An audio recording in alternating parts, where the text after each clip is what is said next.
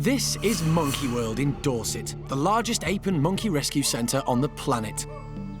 Today's programme is a Monkey Life special. In Vietnam, Monkey World is embarking on an exciting new project, their first foreign sanctuary for endangered primates, a new gibbon rescue centre, protecting these rare animals for the future. Monkey World as a rescue centre has taken 20 years to build up. We're trying to put a rescue centre here in just a few months.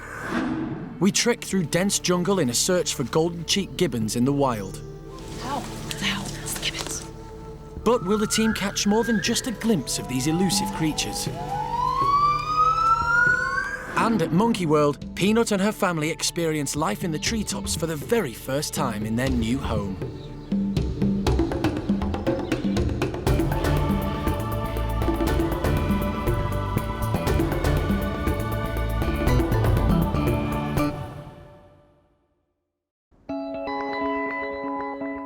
In the past 20 years, Monkey World has rescued and rehabilitated 185 apes and monkeys from all corners of the globe.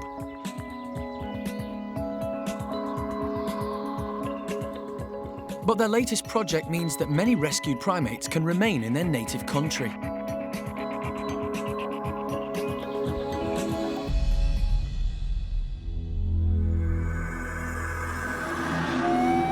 "6,000 miles away in Vietnam, the Monkey World team is breaking ground on their biggest international project to date, a rescue centre for golden-cheeked gibbons.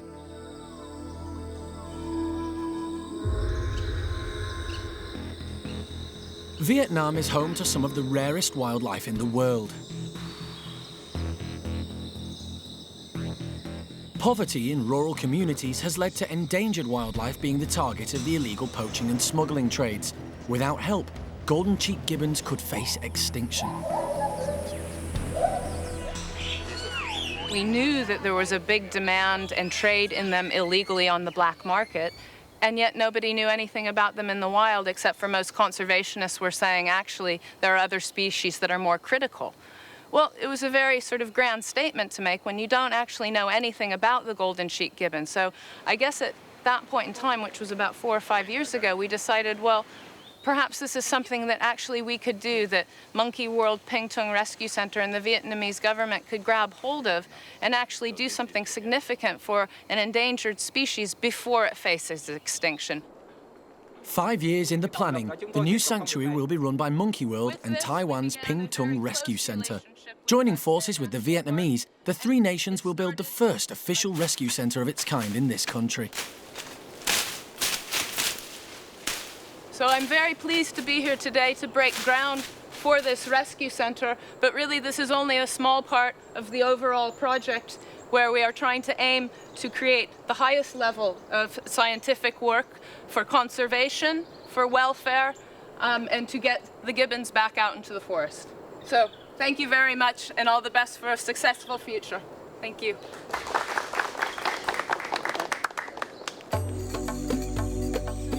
The centre will be built in Vietnam's largest and most diverse conservation zone, Cat Tien National Park. Covering almost 80,000 hectares, Cat Tien has been called the Amazon of Asia. At the entrance to the park is Tien Island, which will house the rescue centre. Much bigger area than we had ever dreamed of or even considered, and that's how the whole process got started. We came across to the island and did an initial survey and scout through, and it was perfect. There are primary trees growing here. It's mostly secondary forest, but it's just beautiful. It's an island, it's isolated, yet it's right alongside of the national park, so very easy to bring utilities and labor in to look after a rescue center. And with careful design and management, it wouldn't have to have a big impact upon the island. And it was all agreed. Everybody was unanimous, including the government. Everybody was very happy for an endangered primate rescue center to be set up on Tien Island at Cat Tien National Park. Monkey World's operations director, Jez Hermer, has joined Alison in Vietnam, and they're surveying the site. Just simply amazing. In 24 hours, our road has been cleared effectively, and it's all been done by hand. So they've just thrown manpower at this and done the deed, which is really nice to see. Actually, is looking around, they've left quite a few of the big trees that might have sort of encroached upon what is going to be our central road. So they are being quite sensitive to what's out here and not just mowing everything down. And now we can get a better look heading into the middle of the island and where the primate center is going to be. The rescue centre will be home to 20 gibbons at a time. They will be rehabilitated and, where possible, returned to the wild, making way for more gibbons that need help. It'll be a continuous process. We've got to start recruiting staff, training staff, we've got to start getting equipment in and just preparing the whole thing ready for the first animals to move in here sometime next year. If you think about Monkey World as a rescue centre, it's taken 20 years to build up. We're trying to put a rescue centre here in just a few months. There's a whole raft of stuff that's got to be organised, and so it's going to take quite a bit of focus from us back in the UK to make sure this is on track. Later at Monkey World, one gibbon family gets to experience life as it should be, high up in the treetops.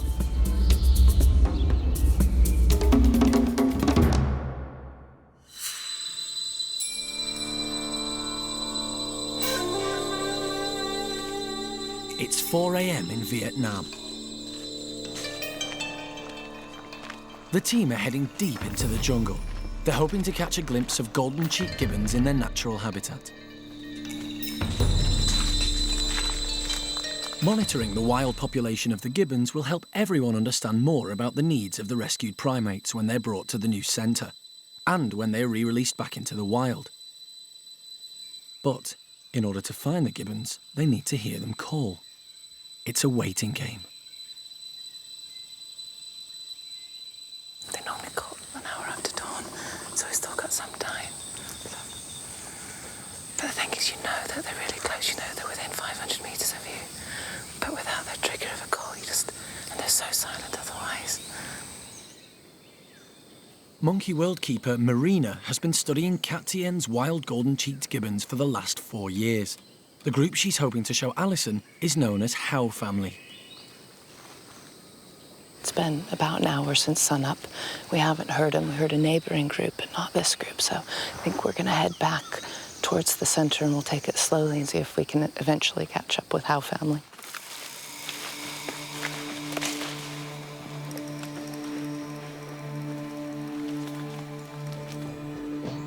Very little is known about the golden-cheeked gibbons, as they're incredibly difficult to follow through the dense jungle they occupy. Poaching has also made them extremely shy of people.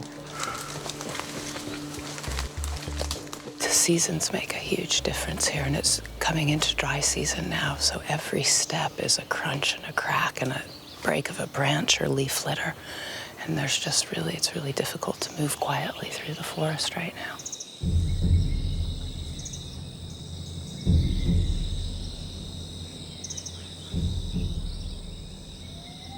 At last, the team hear familiar calls.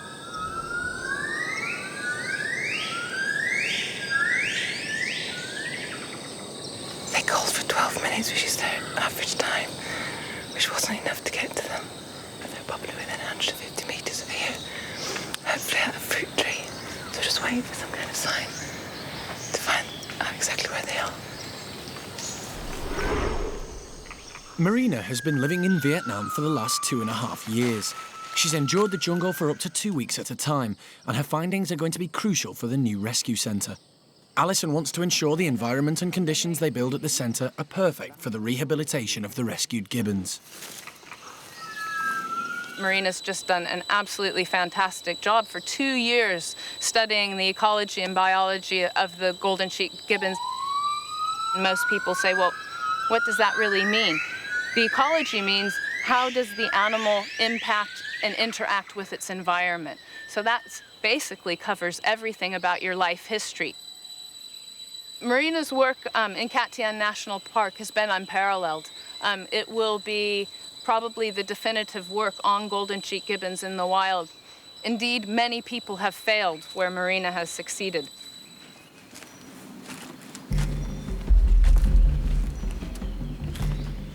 Mr. Bing is a forest ranger and tracker.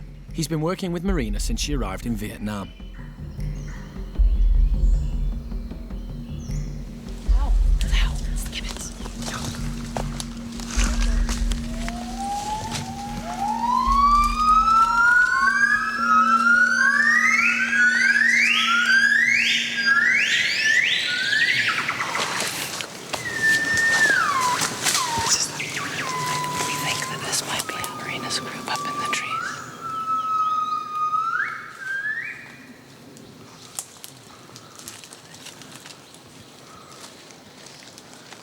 Unfortunately, the gibbons are not Marina's study group. I'm gutted. Marina may be disappointed she didn't get to see her gibbons, but catching a glimpse of these shy creatures is fantastic for the team. It is really difficult. It's secondary forest, which means there's a lot of low-level shrubbery, so you can't go easily. Like in primary forest, the ground's all clear and you can just fly. And other gibbon species, some of them call for 40 minutes, for an hour and a half, and they call 2-3 times per day. But golden-cheeked gibbons here call within the hour after dawn, sometimes just like 4 minutes, on average 12, and if there's a young male in the group, that's when it can go longer, up to 40 minutes. And it's just once per day, that's it. The only other time you'll hear a peep out of them if there's a boundary battle or something, they're scared, and that's just females alarm calling. So they don't give you much chance to find them.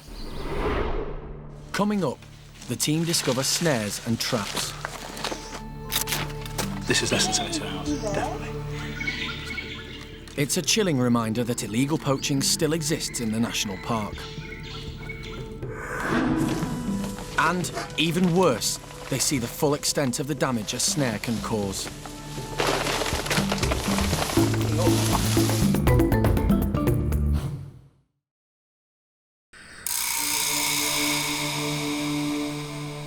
In Vietnam, the Monkey World team are back in the forest of Cat Tien National Park.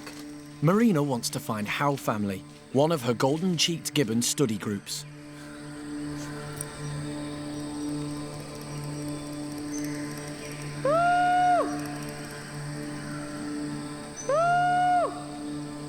Before Marina's 4-year-long research into Cat Tien's golden-cheeked gibbons, very little was known about them. But in order to stand the best chance of releasing them back to the wild, it's vital to know as much as possible. The team aren't having much luck. Spotting the reticent gibbons in this large forest is proving extremely difficult. But they do spot another rare primate.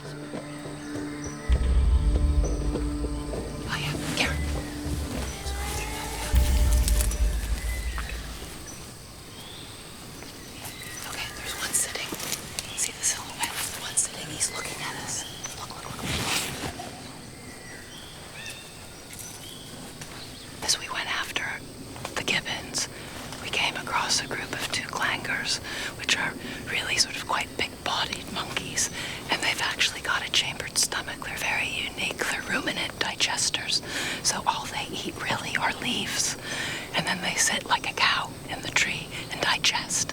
So it's actually a really good opportunity to try and see the dukes because they're pretty calm, and they'll just sit there digesting their breakfast and burping a lot and looking back at us. Duke langurs are classified as critically endangered. They too fall victim to the illegal wildlife and smuggling trades, so the new rescue centre will also offer sanctuary to them. The Vietnamese government and forest rangers known as the Kim Lam work hard to preserve its wildlife. But despite international treaties and domestic laws, the trade continues.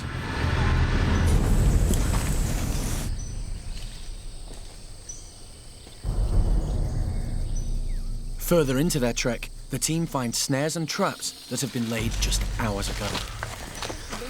This is less than 72 hours, definitely. Look at that. Look, this is... As fresh as anything. It's brand new. This is totally legal. There's Mr. Bing and his Kim Lam, his rangers, patrol the forest, trying to keep the people out. But it's quite a small area. There's a lot of poor people surrounding Cat Tien, and they just keep coming in.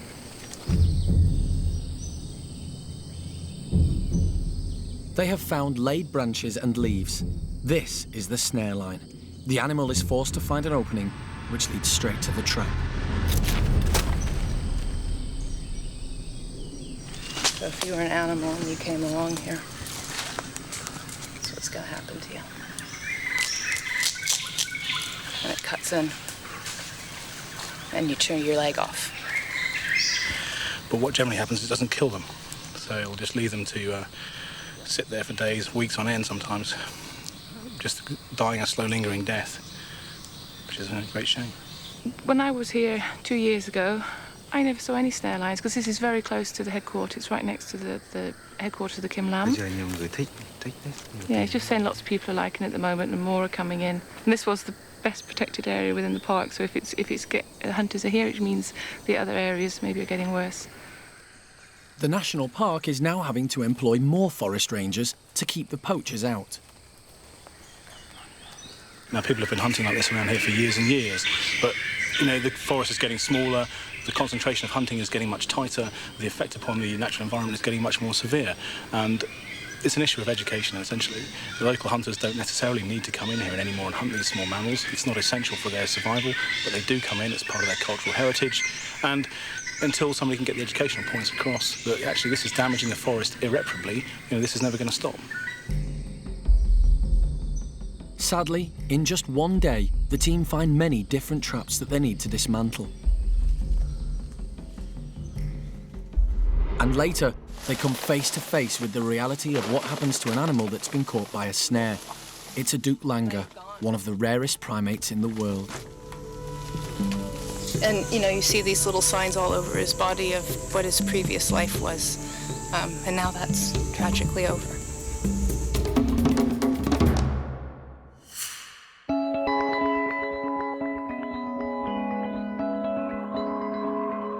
Over the last 7 years, Monkey World has rehabilitated 8 golden-cheeked gibbons at the park in England. It was the only suitable place for them to go. One family, Pung Yo, Peanut, and their young son Tien, are about to experience something new.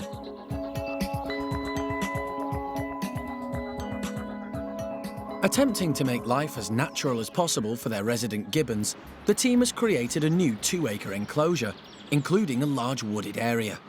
This will enable the gibbons to behave as they would in the wild. Dad, Pung Yo, is first on the scene.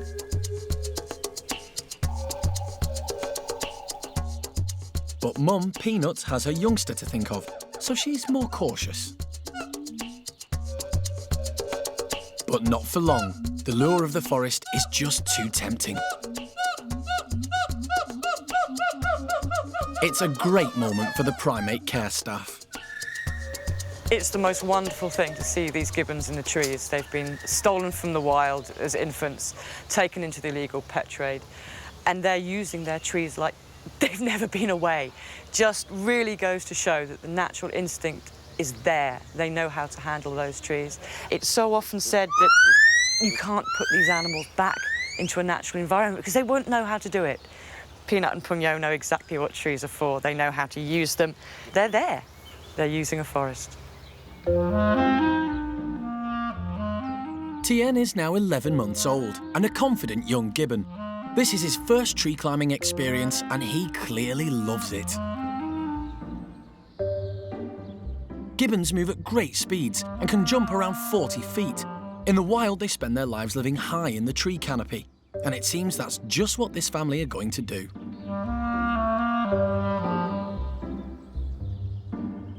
Peanut and Pung Yo were stolen from the forests of Vietnam. Their son, Tien, is actually named after Tien Island, and one day it's hoped they can return to where they belong.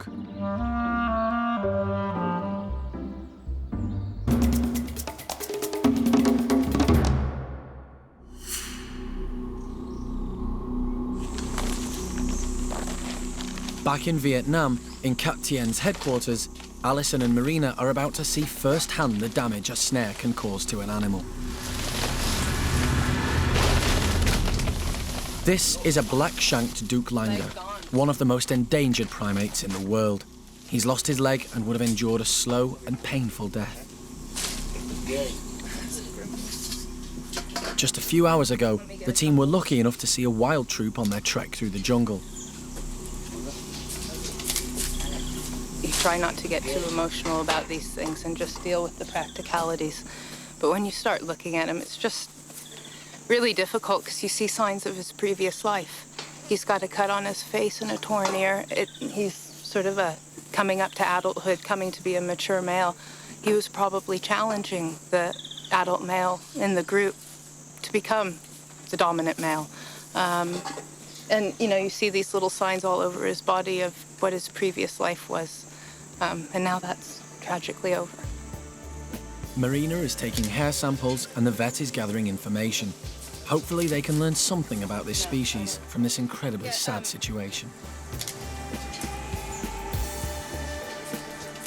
Cat Tien is the most protected national park in Vietnam, and law enforcement is taken very seriously. At the ranger station, the poachers of the Duc Langur have been caught and are in handcuffs. They will certainly receive a prison sentence for this crime. Once word gets out that the authorities are going to seize the animals and prosecute the smugglers, the trade will stop because nobody will want to spend the money on trying to steal langurs or gibbons from the wild, especially if they know they're going to get thrown in jail for it. Next time. In Vietnam, the team find gibbons living as pets, but will they be able to come to the new rescue centre? Would he be happy to consider her future if she were able to go back to the forest in the next couple of years, if that were possible? Would he consider that for her? At Monkey World, young orangutan Kai discovers when it comes to food, being cute means nothing. And in Paddy's chimp group, Susie gives birth to her second baby.